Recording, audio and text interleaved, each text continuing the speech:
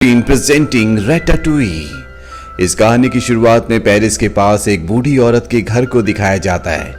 उस बूढ़ी औरत के घर के एटिक में बहुत सारे चूहे रहते हैं। यहाँ पर चूहों की एक पूरी कॉलोनी है, पर बूढ़ी औरत को इस बारे में कुछ भी नहीं पता। और इसी कॉलोनी में रेमी भी रहता है, जिसके सूंघने की और टेस्ट करने की शक्ति सबसे अलग है। वो कभी भी बासी या बेकार खाना नहीं खाता, बल्कि वो सबसे बेहतरीन खाने को चुनता है। उसे अच्छा नहीं लगता कि दूसरे चूहे जंक में से, कबाड़ में से खाना खाते हैं। वो नहीं चाहता कि वो ऐसा खाना खाए। अब जिस बूढ़ी औरत के घर पर ये रहते हैं, वो टीवी पर बॉलीवुड सिल्वर स्क्रीन प्रेजेंटिंग रैटाटुई। इस कहानी की शुरुआत में पेरिस के पास एक बूढ़ी औरत के घर को दिखाया जाता है।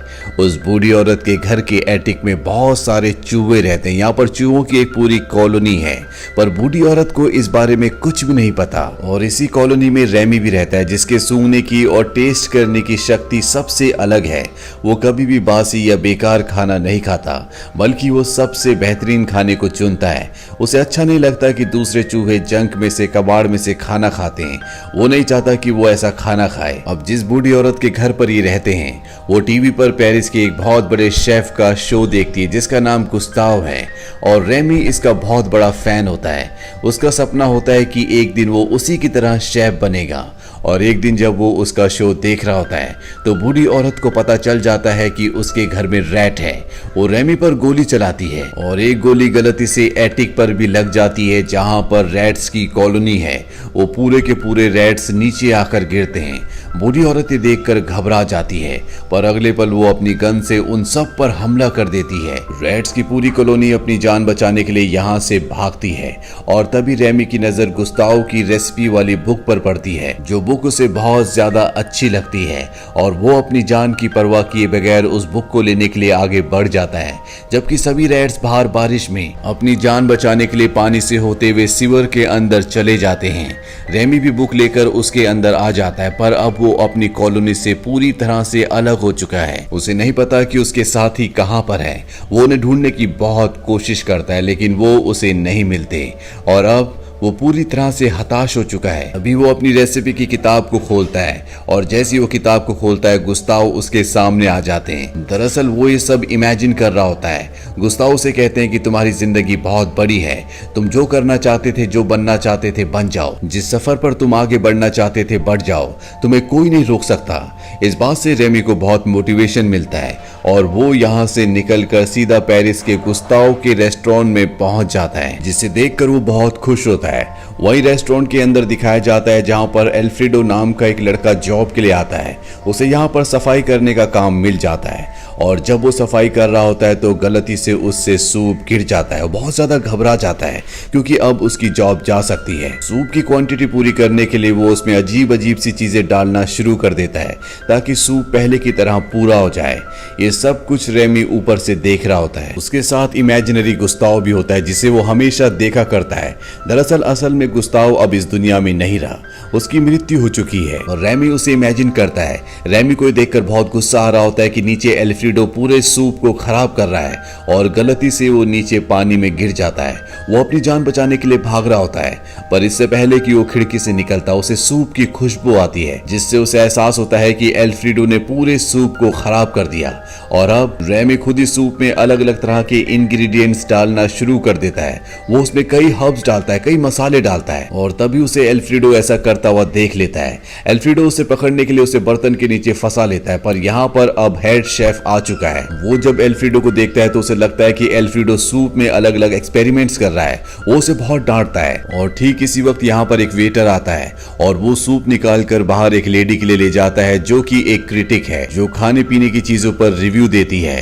अब जो यहाँ पर हेड शेफ होता है, वो उसे रोकने की कोशिश भी करता है, लेकिन तब तक वेटर जा चुका होता है। वो लेडी सूप पीती है, और इसके बाद वो हेड शेफ को बुलाती है और कहती है कि मैंने इससे बेहतरीन सूप कभी नहीं पिया। ये सुनने के बाद वो हैरान हो जाता है। वो हैरान परेशान अंदर किचन में आता है, और खुद भी सूप को टेस्ट करता है। सच में सूप बहुत ज्यादा टेस्टी होता है। इसके बाद वो एल्फ्रेडो से पूछता है कि तुमने इतना टेस्टी सूप कैसे बनाया, तुम्हें हमारे सामने सूप को बनाना होगा। एल्फ्रेडो को कुछ भी समझ में नहीं आ रहा होता। वही रेमी को दिखाया जाता है, जो बर्तन के नीचे से अपनी जान बचाने के लिए खिड़की से भाग रहा होता है। तभी शेफ उसे उसे देख लेता है और वो एल्फ्रेडो से कहता है कि इसे पकड़कर बाहर फेंक दो। एल्फ्रेडो रेमी को पकड़कर बाहर ले जाता है, लेकिन वो उसे फेंकता नहीं है, बल्कि उससे पूछता है क्या तुमने सच में वो सूप बनाया था। रेमी अपना सर हिला के उसे हाँ कहता है। इसके बाद वो रेमी को जार से निकालता है। रेमी बहुत ज्यादा डरा हुआ होता है, इसीलिए वो भाग जाता है। एल्फ्रेडो इससे बहुत उदास हो जाता है क्योंकि अगले दिन उसे सूप बनाना होगा। रेमी उसे उदास देखकर वापस आ जाता है और इसके बाद एल्फ्रेडो रेमी को अपने घर ले आता है। घर पर वो एल्फ्रेडो के लिए बहुत टेस्टी खाना बनाता है, लेकिन एल्फ्रेडो की सबसे बड़ी टेंशन ये होती है कि उसे हेड शेफ के आगे वही सूप दोबारा बनाना होगा।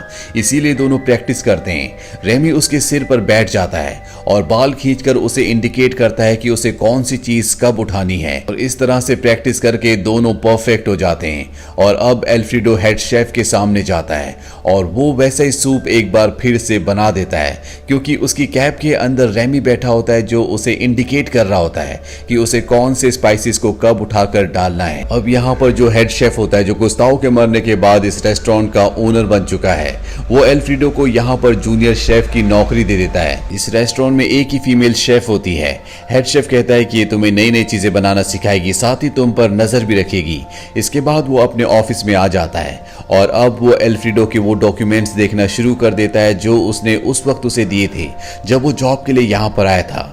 और जब वो उसके डॉक्यूमेंट्स देखता है तो उसे पता चल जाता है कि ये जो लड़का है ये और किसी का नहीं बल्कि गुस्ताव का असली बेटा है, जिसका ये कभी रेस्टोरेंट हुआ करता था। इस बात को कंफर्म करने के लिए वो एक आदमी को बुलाता और कहता है कि एल्फ्रेडो की कैप लेकर जाओ और डीएनए टेस्ट करके पता लगाओ कि वो सच में गुस्ताव का बेटा है कि नहीं। और अब वो एल्फ्रेडो को एक नई डिश बनाने के लिए कहता है। उसकी कैप के अंदर अब भी रेमी है।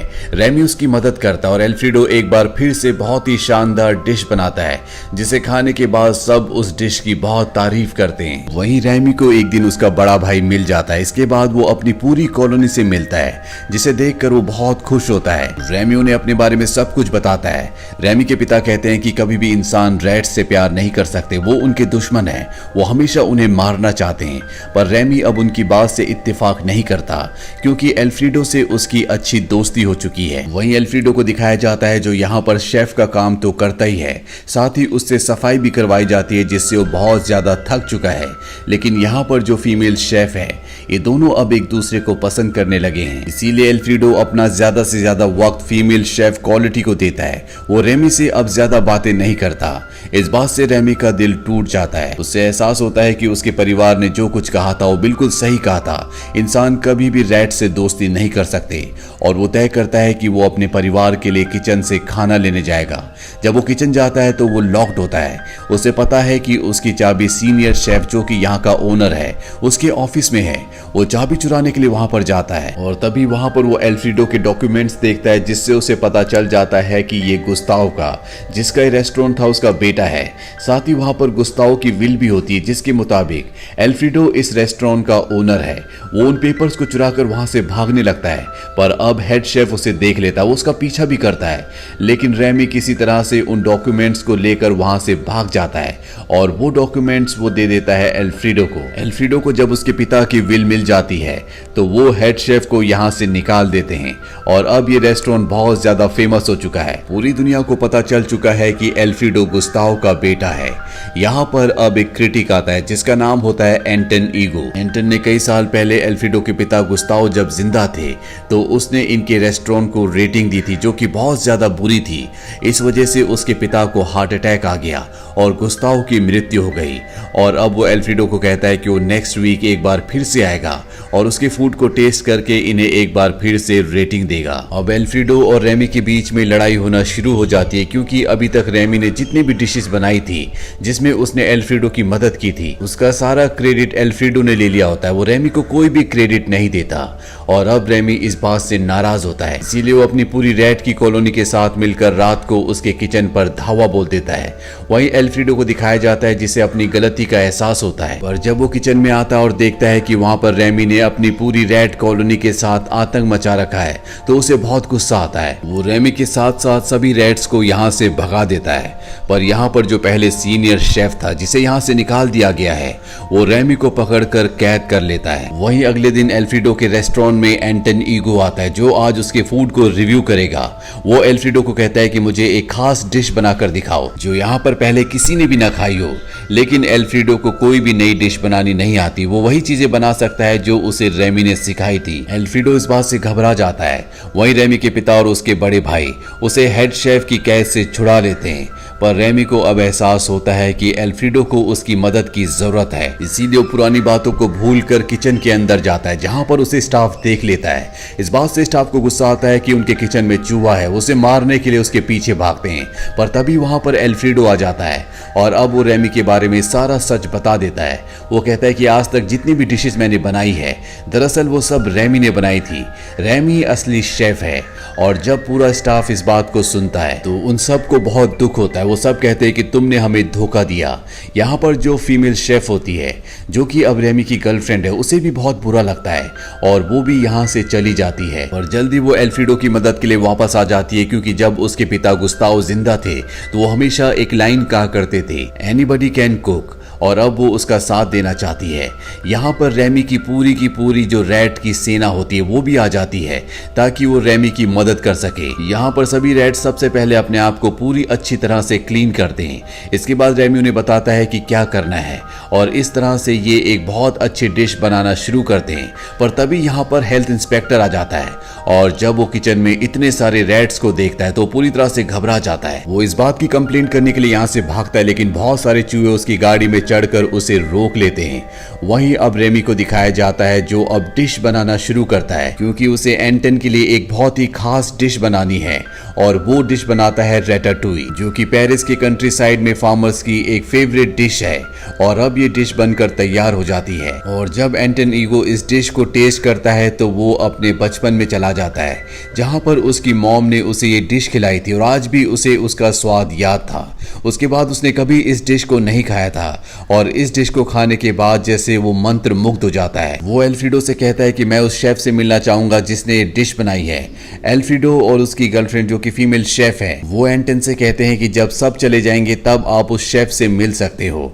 और जब रेस्टोरेंट पूरी तरह से खाली हो जाता है तो एल्फ्रेडो एंटन के सामने रेमी को लाता है और कहता है कि यही वो शेफ है जिसने इस डिश को बनाया है। फिर एंटन ईगो को इस बात से कोई फर्क नहीं पड़ता कि रेमी एक रैट है, क्योंकि आज से पहले उसने इतनी अच्छी डिश कभी नहीं खाई थी। अगले दिन न्यूज़पेपर में उसका रिव्यू आता है। वो इनके रेस्टोरेंट को बहुत अच्छे रिव्यू देता है। साथ ही उसने अपने इंटरव्यू में ये भी कहा होता है कि गुस्ताव हमेशा एक लाइन कहा करते थे कि एनीवन कैन कुक, और ये बात बिल्कुल सही है। कल गुस्ताव के रेस्टोरेंट में जिस शेफ के हाथों का मैंने खाना खाया वो फ्रांस का सबसे शानदार कुक है, पर अपने इंटरव्यू में वो ये नहीं बताते कि रेमी एक कुक है। अब जो हेल्थ इंस्पेक्टर होता है जिसने किचन में बहुत सारे रैट्स को देखा था, वो गुस्ताव के रेस्टोरेंट को पूरी तरह से सील करवा देता है। साथ ही यहाँ पर एंटन ईगो की जॉब चली जाती है, क्योंकि उसने एक रैट के ऊपर रिव्यू किया था। और ये सब इतनी जल्दी हार नहीं मानते। जल्दी एल्फ्रेडो, उसकी गर्लफ्रेंड जो कि फीमेल शेफ है, और साथ ही रेमी, ये तीनों मिलकर एक नया रेस्टोरेंट खोलते हैं ताकि गुस्ताव की जो लेगेसी है उसको कंटिन्यू किया जा सके। और इस रेस्टोरेंट के लिए इन्वेस्ट करता है एंटन ईगो, जो अक्सर इनके रेस्टोरेंट में आकर खाना भी खाता है। इनके नए रेस्टोरेंट का नाम होता है ला रैटाटूई। रेमी का परिवार और उसके जितने भी रैट साथी होते हैं वो किचन के एटिक में रहते हैं, यानी कि उनको भी एक नया घर मिल चुका है। इसी के साथ ये फिल्म, ये कहानी यहीं पर खत्म हो जाती है। ये फिल्म ईयर 2007 में रिलीज हुई थी। IMDb पर इसकी रेटिंग है 8.1। उम्मीद करते हैं कि ये कहानी